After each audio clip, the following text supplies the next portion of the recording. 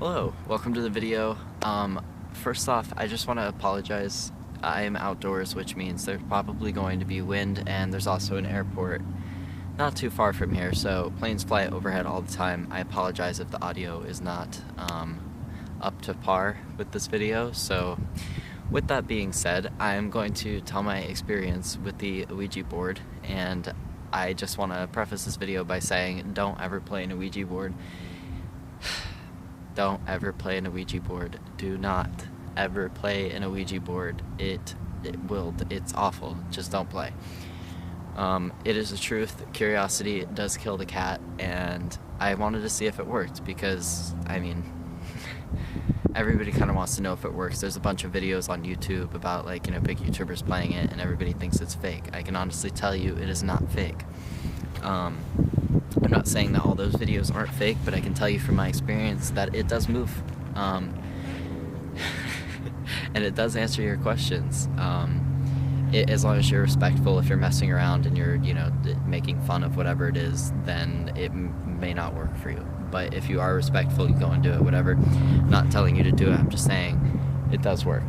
Anyway, regardless, here comes an airplane. Anyway, the preface for the story is it was me and two of my friends. I'm going to call Raisin and... Alright, we're going to call him Raisin and Grape. So, that's great names. Basically, we were kind of chilling at Grape's house, and we were like, hey, you know what we should do? We should play an Ouija board. And so we kind of like looked up where can you buy an Ouija board, and they didn't have any anywhere. So we were like, wow, what are we gonna do now? We're gonna make our own. So we go to Walmart and we get just a white poster board. We get some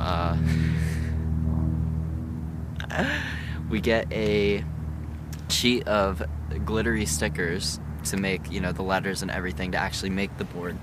And for the planchette, we used a rock. And I don't remember what type of rock it was. Grape was very into, like, the whole, like, crystals and all that kind of stuff, so it was just one of the smooth rocks that would slide. So we get to work. We go to Walmart, we bring all the supplies back, we start placing the stickers. We just looked up a picture and we placed everything where it was supposed to be, so, you know, the yes, the no, you have all the letters, the numbers, goodbye. And so we completed the board, and we're all kind of going into this with the mentality, like, this is not gonna work. And mostly because it's a poster board with stickers and a rock, which anybody can get and then communicate with demons. So that's cool. Any 6-year-old can just walk into Walmart and make an Ouija board that actually works. So knowing that is kind of scary. However, pushing forward into the story, we all kind of sit in the circle, you know, we all put our fingers on it and we do like the circle thing saying hello, as you do. And to our surprise, it started moving on its own as we said hello, and it said hello. And of course that freaked us all out. Okay, that's windy. So that freaked us all out, and we were very surprised that that actually did anything.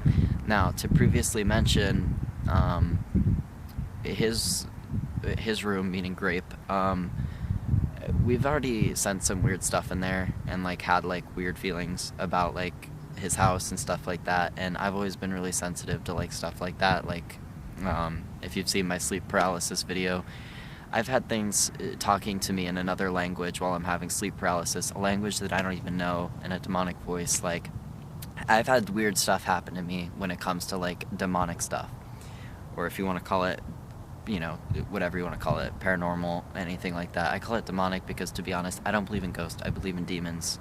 I just don't. Anyway.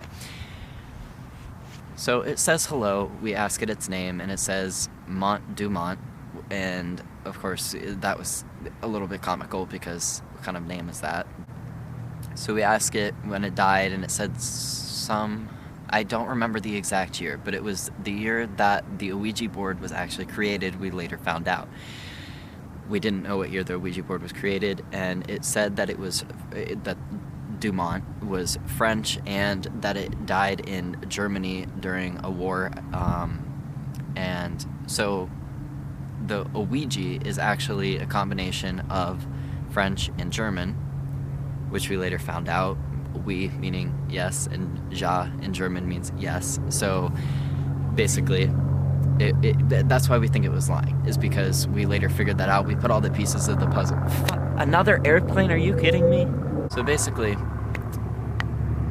Ouija is yes and yes in French and German. So it was basically just using facts about the Ouija board to come up with a story about who it was. And after that, we started asking more like in-depth questions, I guess you could say, not like questions about it, questions about like us and stuff like that. So we asked it if each of us would ask like our own questions. We'd kind of go in a circle. So the first round of questions that we had was like, do we have any special talents or anything like that that we don't know about? And for Raisin, it said that she feels more, meaning empath, and she always knew she was an empath. She's always had like feelings for like other people, meaning that she can feel what they're feeling. And so that was kind of like a talent that she had, so that she was an empath. And for Grape, it said, what did it say? Oh, it said runs in the family. And I don't remember exactly what it was, but it said something about the talent runs in your family. And then for me, it said, this is where it gets creepy. When I asked what my talent was, it said, you saw and spoke to us, meaning demons. And when I was younger, probably like ages 12 to 14, I would see like apparitions, I guess, and it was kind of like an outline of a person, but they didn't have any features. Like, it was just literally an outline of a person. And I would kind of see them everywhere, and I would talk to them because I was a kid, and it was, you know, normally that's passed off as an imaginary friend. And apparently I was not speaking to an imaginary friend, I was speaking to a demon, and I would get responses, but not in audible responses. It's just like it pops into your head, kind of, but it confirmed that for me, which is weird. I don't know why I'm posting this on the internet. But yeah, so I used to see those. I don't really anymore, unless like I try really hard, but anywho. That being said, that was like one of my special talents. And then it said, when you speak, others listen. So, I mean, that was another one that it said for me. And moving on from that question, mind you, this whole thing is on a literal white, like, board, like cardboard, like literally just a white cardboard box side. Like, it's not a real Ouija board, it's not any of that. We didn't have a real planchette. It literally was just a board and a rock, and it was speaking to us, so that's creepy. And the rock started doing things where, like, imagine my hand is a rock, so our fingers are like this. The rock would literally go like that, and it would turn on its own under our fingers. Like, our fingers wouldn't go with it, and the rock would turn, and that's how we knew none of us were moving it. And I 100% trust the two people I was with. I know they would not do anything to mess with that. They wouldn't do anything like that. So I 100% trust them. They 100% trusted me with that, and I can honestly tell you none of us were moving it. Another question that we asked, well, that I wanted to ask, was, what is my biggest fear? Because I don't really fear like a lot of stuff that comes with like life. Like, I don't fear heights. I'm not scared of heights at all. Like, I have no fear of that. I don't really have a fear of, like, I don't know. I don't have fears like that, basically. So I wanted to know what my actual biggest fear was, thinking it was going to say something like sharks, because I am scared of sharks. I had a traumatic experience when I was like 12 snorkeling. So I am scared of sharks. So I thought it was going to be like that, or like, you know, spiders or something funny. And it starts going, and it goes over to the N, and then it goes to the E, the V, E again, and then it goes to the R, and we're like, where is it going with this? And then it goes, it completes what it's saying, and we pieced it all together, and it said, never being happy was my biggest fear. So that, of course, in and of itself was just like weird, because obviously I was asking because I didn't know what my biggest fear was. Sorry, I'm like shaking because it's cold out. I was asking because I don't know what my biggest fear was, and neither Raisin nor Grape would know that. Neither of them would ever answer that. So, here comes a car. Hold on. Keep driving. Come on. So anyway, it answered never being happy, and I mean, that was kind of like a Like, what do you even, like, think about that? Like, okay, anyway. So apparently that's my biggest fear. And then Raisin asked, and it said disappointing everybody, which neither me or Grape would know. And so then Grape asked what his biggest fear was, and it said basically his mom has Alzheimer's, and it said it's something along the lines of, like, when she dies, you know, that's his biggest fear, which is, you know, obviously extremely sad, and neither me or Raisin would ever say that, so it wasn't us moving it. I don't know how the lighting is, and I don't want the whole video to be off just in case, so we're gonna film it this way from now on. So that was a couple of the questions we asked. There was a couple more questions about, like, random stuff that was, like, I don't know, it's irrelevant, it's not really important information.